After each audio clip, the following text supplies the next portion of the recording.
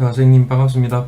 네, 저번에 이어서 육친을 계속해 보도록 하겠습니다. 일단 우리가 음양오행의 상생상극에 따라 가지고 육친을 배정하는 것은 했습니다. 그죠?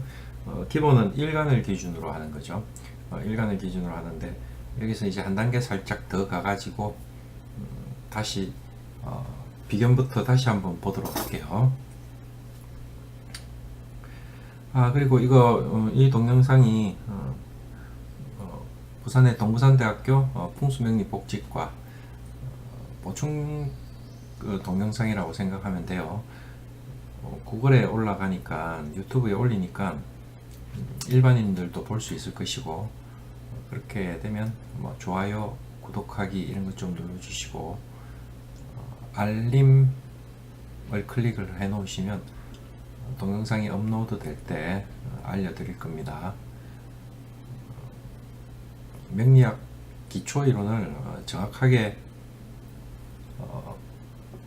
배울 수 있으면 명리 공부의 많은 부분들을 시간을 절약할 수 있고 효과적으로 공부를 할 수가 있습니다.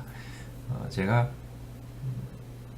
누차 느끼는 것 중에 가장 큰 게 처음 시작을 잘못 해가지고 이제 엉뚱한 방향으로 막 들어가 있는 분들을 참 많이 만나거든요. 그래서 그런 부분들이 참 많이 안타깝긴 한데 그것도 인연이죠. 뭐 어떡하겠습니까. 일단 이어서 해보도록 할게요. 자, 우리가 이제 저번에 배운 게 이겁니다. 그죠? 비견급제, 식신상관, 편재, 정제, 편관, 편인, 정인, 이게 육친입니다. 그래서 우리가 이거를 십성이라고 하고요. 그죠? 이제 기본적으로 내가 있습니다. 그죠? 내가 있고, 나랑 얘는 음양도 오행도 같은 애. 그죠? 얘는요, 나하고 오행은 같은데 음양이 다르네. 얘는 내가 생해주는데 음양이 같은 애. 내가 생해주는데 음양이 다른 애. 상관이죠. 자, 편재는 내가 극하는데 음양이 같은 애. 그죠? 정제는 내가 극하는데 음양이 다른 애. 자, 편관은요, 나를 극하는데 음양이 같은 애고, 정관은 나를 극하는데 음양이 다른 애. 이렇게 되죠.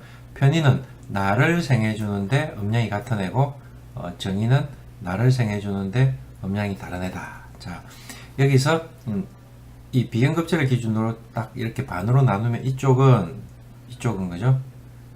식재가 되는데 이쪽은 뭐가 내가 이렇게 되죠. 그죠? 자, 관인은요, 나를 이렇게 됩니다. 그죠? 그래서 이 비견급제를 기준으로 한 칸 앞뒤는 생의 관계입니다. 그죠? 내가 생해주는 애고, 나를 생해주는 애고. 자, 비견급제를 기준으로 두 칸 앞뒤는요, 극입니다. 그죠? 그래서 내가 극하는 애고, 이 관성은 나를 극하는 애. 두 칸 뒤죠. 두 칸 앞이고, 그죠? 이렇게 됩니다. 그래서, 또 이제 공통점은 뭐가 있습니까? 제가 이렇게 나열해 놓은 게 비견, 식신, 편재, 편관, 편인은 나하고 음양이 같은 애입니다. 그죠? 그 다음에 급제, 상관, 정제, 정관, 정인은요, 나랑 음양이 다른 애입니다. 그죠? 그리고 재관인에서는 편정으로 이렇게 음양이 같고 다름을 나눠 놓고 있죠. 그리고 비견급제와 식신상관은 그런 구분이 없는 구조로 되어 있습니다. 그죠? 그래서 이렇게 보니까 이 5개가 되는데 음양 오행에 따라서 그죠? 그리고 음양이 나눠지니까 전체적으로 10개의 이름이 나옵니다. 그죠? 그래서 이거를 십성 내지는 십신 이렇게도 표현을 한다. 이렇게 얘기를 했죠. 자, 우리가 이 관계를 잘 알아야 나를 기준으로 일어나는 사주 통변이 기본적으로 이제 가능해지는 시발점이 되는 거죠. 그래서 육친의 성향들을 잘 알아야 됩니다. 나중에 이게 좀 심화가 되면 이제 앞부분에 잠깐 했던 채성론 이런 거 있잖아요.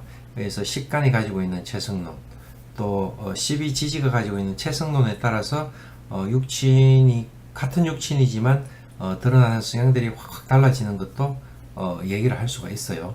그리고 이게 또 12운성이나 그냥 우리가 소위 말하는 일주론 이런 거 있죠. 육식갑자, 안전자리에 있는 글자, 그 다음에 지지장간, 지장간에 들어가 있는 글자의 성향들에 따라서 그 사람의 성질, 특성, 개인적인 취향 이런 것들을 얘기를 할 수도 있습니다.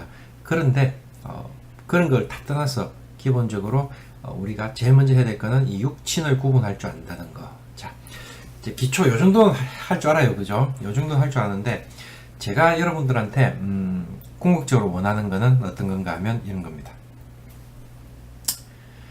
자, 동일한 사주가 어떤 사주가 하나가 있어요. 하나 사주가 있으면 이 사주를 기준으로 육친을 나눌 수가 있죠. 그러면 만약에 어떤 사주가 남자다 이러면 아버지도 있을 거고 엄마도 있을 거고 또 처도 있을 거고 이런 여러 가지 자식도 있을 거고 이렇게 나눌 수가 있어요. 자, 이렇게 나눌 수가 있는 것 중에서 또 그 사주 안에서도 뭘 볼 수 있습니까? 또 볼 수 있는 게 있죠. 어떻게 해요? 처 입장에서 그 사주를 다시 볼 수 있는 거예요. 또 자식 입장에서 그 사주를 다시 볼 수 있거든요. 그런 관계들을 알려고 하면 그 관계 설정들을 바꿔볼 수 있어야 됩니다. 자, 예를 들어서 자, 지금 여기서 비견이 시작됐죠, 그죠? 식신입니다. 근데 지금 식신에 제가 비견을 놓고 있죠, 그죠? 이게 무슨 말입니까? 예를 들어서 여자 사주다, 여자 사주라고 하면 자, 어떤 여자가 사주에 이 식신이 있는 거예요. 그럼 이게 나중에 자식이 될 수 있겠죠, 그죠? 이 자식을 기준으로 이렇게 다시 보면 이 자식의 식상은 여기 있죠. 그러면 그 사주의 재성은 나의 뭐가 됩니까? 외손주가 되는 거예요, 그죠? 예. 어떤 의미인지 이해가 되십니까? 그런 형태들이 되는 거예요. 자, 또 어떤 것들이 있을까요? 여러 가지 있을 수 있죠.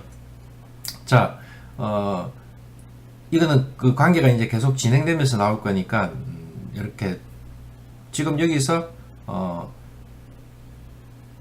얘가 비견이 되게 되면요, 이 비견을 극하는 얘는 관성이 되죠, 그죠? 나의 인성은 여기서 관성이 됩니다, 그죠? 그런데 만약에 아까 얘가 여자 사주의 나의 자식이라고 하면 이 인성은 나한테 있어서는 누가 됩니까?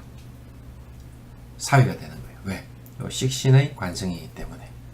그죠? 이 식신을 지금 비견으로 놓고 보고 있는 거죠, 그죠? 그래서 이 식신의 재성은요, 여기가 나오죠. 그래서 보세요. 여자 사주에 내가 놓은 거는 자식이다. 아들, 딸이죠. 여자의 아들, 딸입니다. 그죠? 그런데 이 아들, 딸이 극하는 거는 뭐다? 이 사람의 입장에서 이 재성은 내 아버지라고 했죠. 그러니까, 내 입장에서는, 내가 여자죠. 내 입장에서 나를 극하는 거는 이 애의 자식인데, 나의 누구요? 지아비가 되잖아요. 같은 문자인데 한자는 다릅니다. 그죠? 이런 형태로 여러분들이 그 사주를 보면서 구분을 할 수가 있어야 돼요. 어떤 형태인지 아시겠죠? 예, 그런 구분들을 식신상관만 해야 될까요? 아니죠. 재성, 관성, 인성 전부 다 할 수 있어야 돼요. 이게 이제 능수능란하게 돌아가야 돼요.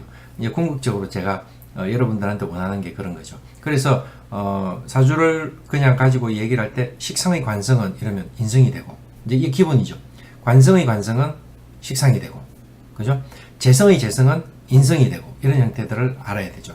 자, 보세요. 식상의 관성은 인성이고, 그죠? 식상의 재성은 관성이고, 관성의 관성은 식상이고, 되죠? 식상의 식상은 재성이 되고, 자, 재성의 식상은 관성이 되고, 됩니까? 자, 관성의 인성은 재성이 되고, 이 관계가 여러분들이 능수능란하게 들어가야 되기 때문에 기본적으로 뭘 알아야 된다고요? 요 비견급제 식신상관 재관인의 관계가 머리에 들어가고 난 다음에 제가 말한 그 다음 단계가 들어가겠죠. 이 과정을 여러분들이 쭉 하셔야 되는 거예요. 예. 어떤 느낌인지 감은 옵니까? 자, 이건 이제 재성 기준으로 이렇게 볼 수 있죠. 이제 재성이 비급이 된 거예요. 그죠? 자, 나를 지금 기준으로 했는데, 그죠? 이 재성은 그럼 누가 되는 겁니까? 예를 들어서, 나의 처가 된다. 그죠? 또 나의 아버지가 된다. 뭐 이렇게 될 수 있겠죠. 그죠? 이 상태에서 이거를 비견으로 놓고 얘기를 할 수 있는 거예요. 그래서 내가 만약에 남자인데, 그죠? 건명인데, 그러면 이 건명의 이 재성은요, 처가 되는 거죠. 그죠? 아내가 됩니다. 그죠? 그러면 이거를 비견으로 놓고 이 비견의 식상은요, 이 관성이 되잖아요. 이 비견은 아까 나의 아내였잖아요. 그죠? 아내였는데 아내가 낳은 식상은 아내의 자식이죠. 그러면요, 나를 극하는 게 나의 자식이 된다. 누구한테? 남자 사주에서는 이런 형태가 그대로 나오죠. 자, 그렇게 되면 어떻게 됩니까? 이 재성이 나의 천대, 그죠? 이 비견을 낳아준 인성은 여기 있죠. 식상, 그죠? 그럼 이 누가 됩니까?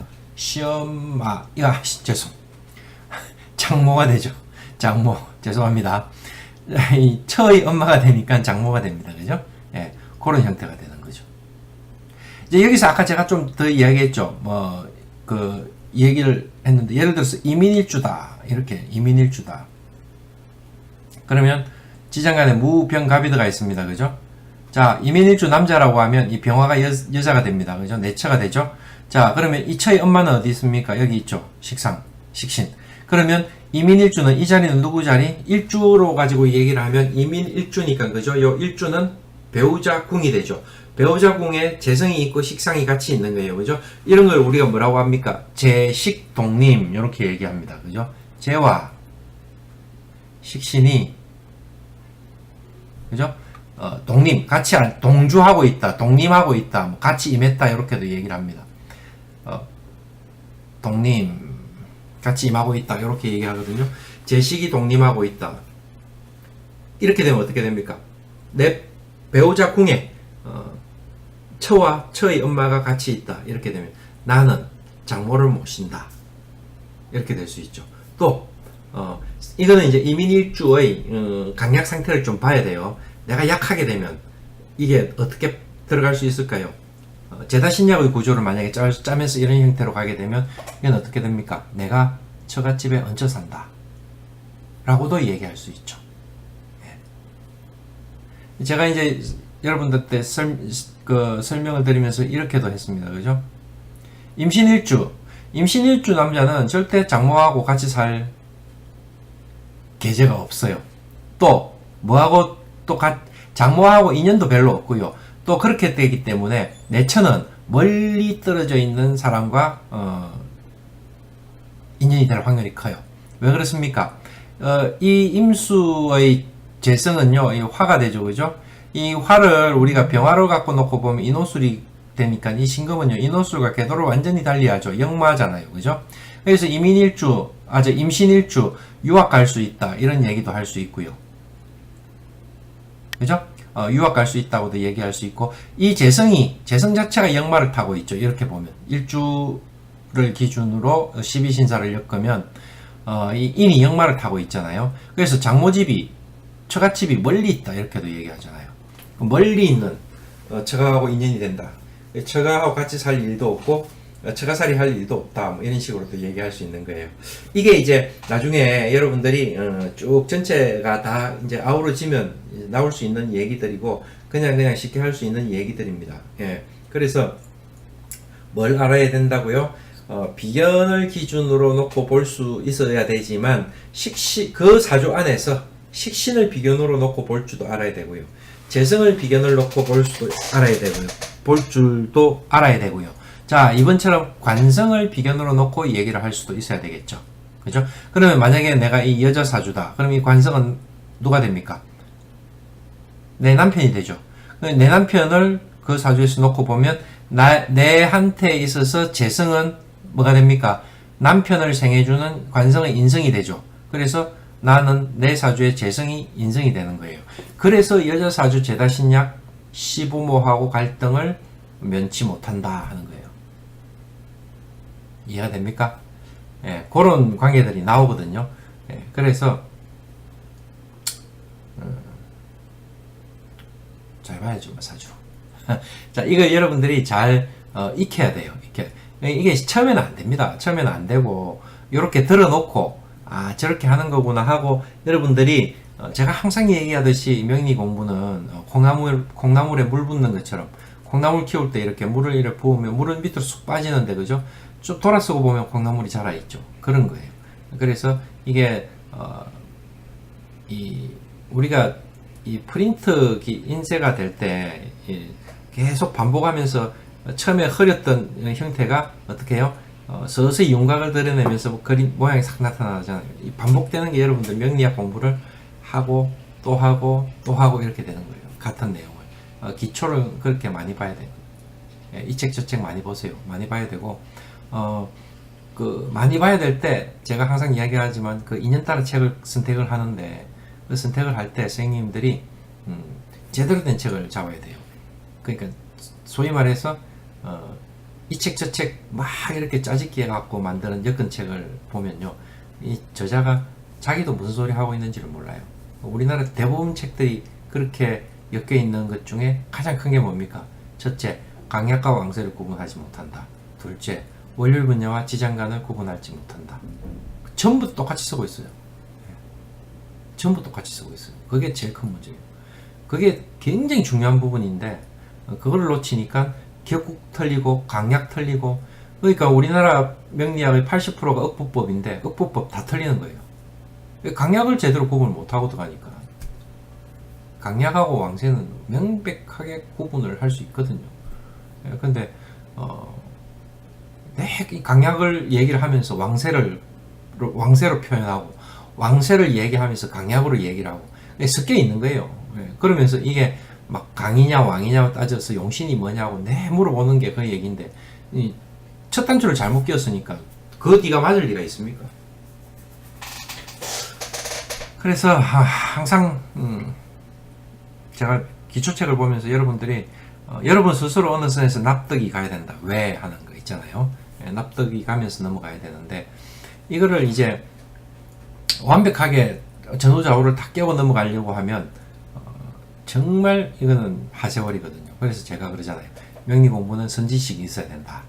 그래서 요 포인트 요거는 지금 당장 알아야 되는 부분이다 하고 또 다시 넘어가죠. 그러면서 또 약간 이제 넓어지는 거예요. 넓어지면서 또 설명하면 앞에 배웠던 걸 바탕으로 해서 그 다음 단계로 넘어가면서 또 좀 이해가 되고 또 좀 이해가 되고, 그러면서 전체적인 윤곽이 그려지는 거예요. 가르쳐주는 사람의 의도에 맞게 이렇게 그림이 그려져요. 그래서 그 가르쳐준 사람이 어느 선에서 이제 기초가 되면 그 다음부터는 아무 책이나 봐라 그러죠. 근데 자기 책만 봐라고 하면 그거는 냄새가 나는 사람이에요. 왜? 기초가 튼튼하지 못하거든요.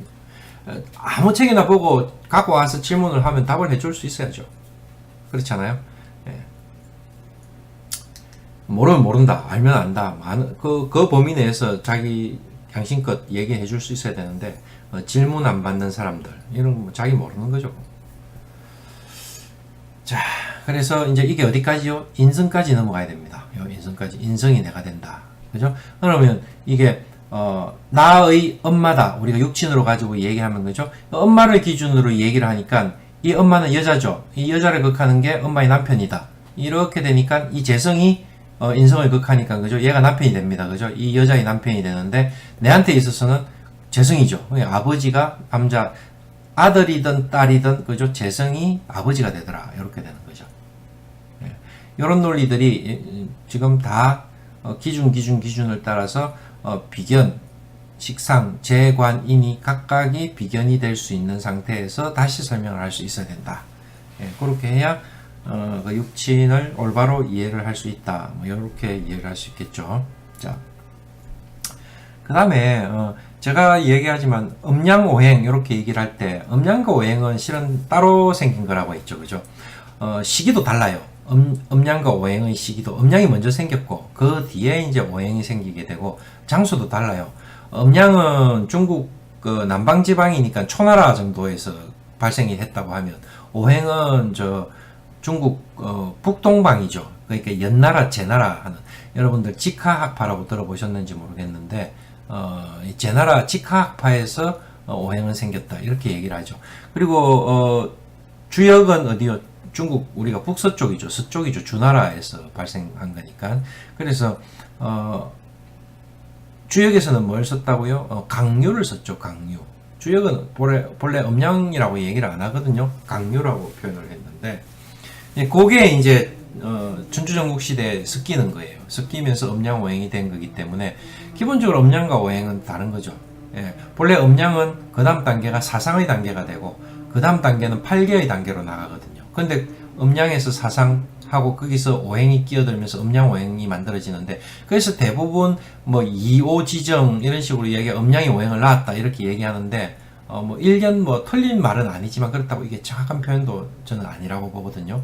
그래서 이 음양이 더 큰 개념으로 어쨌든 놓게 됐죠. 송대 태극도설 주륜계 이후로 확실하게 그렇게 자리를 잡았다고 하면 우리가 육친도 오행으로 구분하는 내가 극하는 것, 내가 생하는 것, 나를 극하는 것, 나를 생하는 것을 떠나서 나와 음양이 같으냐 다르냐를 구분을 먼저 해야 되죠.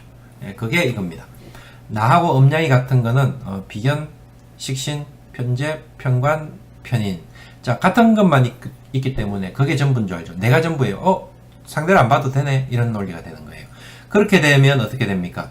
일방적. 그냥 내 생각대로 하면 되니까. 주관적이고, 감성적, 소극적, 수공적, 수동적, 비합리적. 이렇게 된다는 거죠. 그죠? 그래서 이런 사람들은, 밖을 볼 필요가 없죠. 나하고 똑같으니까. 그래서, 내면지향이 되죠. 어떻게 보면, 상대적으로 따지면 내향적이다. 누구하고, 음양이 다른 거하고의 관계에서는. 이제 그렇게 될 수 있고요. 또 다름을 인정을 안 하기 때문에 내가 그냥 옳고 그것 때문에 이 타자를 인정을 안 하려고 한다. 약간 좀 폐쇄적인 경향도 있죠. 예, 그렇게 얘기를 할 수가 있습니다. 그리고 또 어떻게 보면 좀 조급함도 있고요. 예. 내가 어차피 나랑 음양이 같으니까 말을 생략을 많이 해요. 어떤 의미에서는. 왜? 내하고 생각이 똑같을 거라 생각하기 때문에 말을 생략을 하는 경향이 있죠. 상대방이 알아들을 거라고 생각을 하고. 그죠? 그렇게 되니까 이제 어떻게 보면 상대방은 알아듣기 힘들 수도 있고요. 또 말의 설득력도 떨어질 수가 있고. 나만의 방식 뭐 이런 것들이 될 수가 있죠. 예, 전형적으로 이제 그런 것들이 이제 식신의 표현에서 여러분들이 잘 캐치를 하고 이해가 잘 되는 구조들이 나올 수가 있죠. 뭐 편재, 편관, 편인도 마찬가지지만 예, 비견도 마찬가지고. 예. 이제 그것도 또 나중에 다시 할 거예요. 자, 그다음 음양이 다른 것 일관하고. 자, 그거는 어떻게 되어 있습니까? 제가 이제 항상 여러분들 외울 때 이렇게 외우라고 있죠. 비견급제, 식신상관, 재관인 이렇게 되는데 그죠? 비견급제, 식신상관 그러니까 요건 급제와 상관이 음양이 다른 거죠. 왜 앞에 나온 애들을 항상 음양이 같은 걸로 먼저 했다고 했잖아요. 이 재관인은 편정으로 나눈다 했으니까 정재, 정관, 정인이 그죠? 나랑 음양이 다른 거다. 그러니까 딱 그냥 내가 양이면 상대는 음이고 내가 음이면 상대가 양이니까 그냥 딱 다른 거잖아요. 그죠? 그러니까 나랑 다르네 하는 그 순간 뭐가 됩니까? 쌍방적이 되는 거예요. 쌍방적. 그죠? 네, 그렇게 되니까 타를 인정한다. 그러면 다르기 때문에 다름을 인정하기 때문에 내가 맞을 수도 있고 내가 틀릴 수도 있고 하는 상황이 연출될 수 있는 거예요. 그래서 상방적이고 객관적이고 이성적이고 적극적이고 능동적이고 합리적이다. 이렇게 얘기를 하죠. 자, 이제 다시 이제 비견이 다시 돌아왔습니다.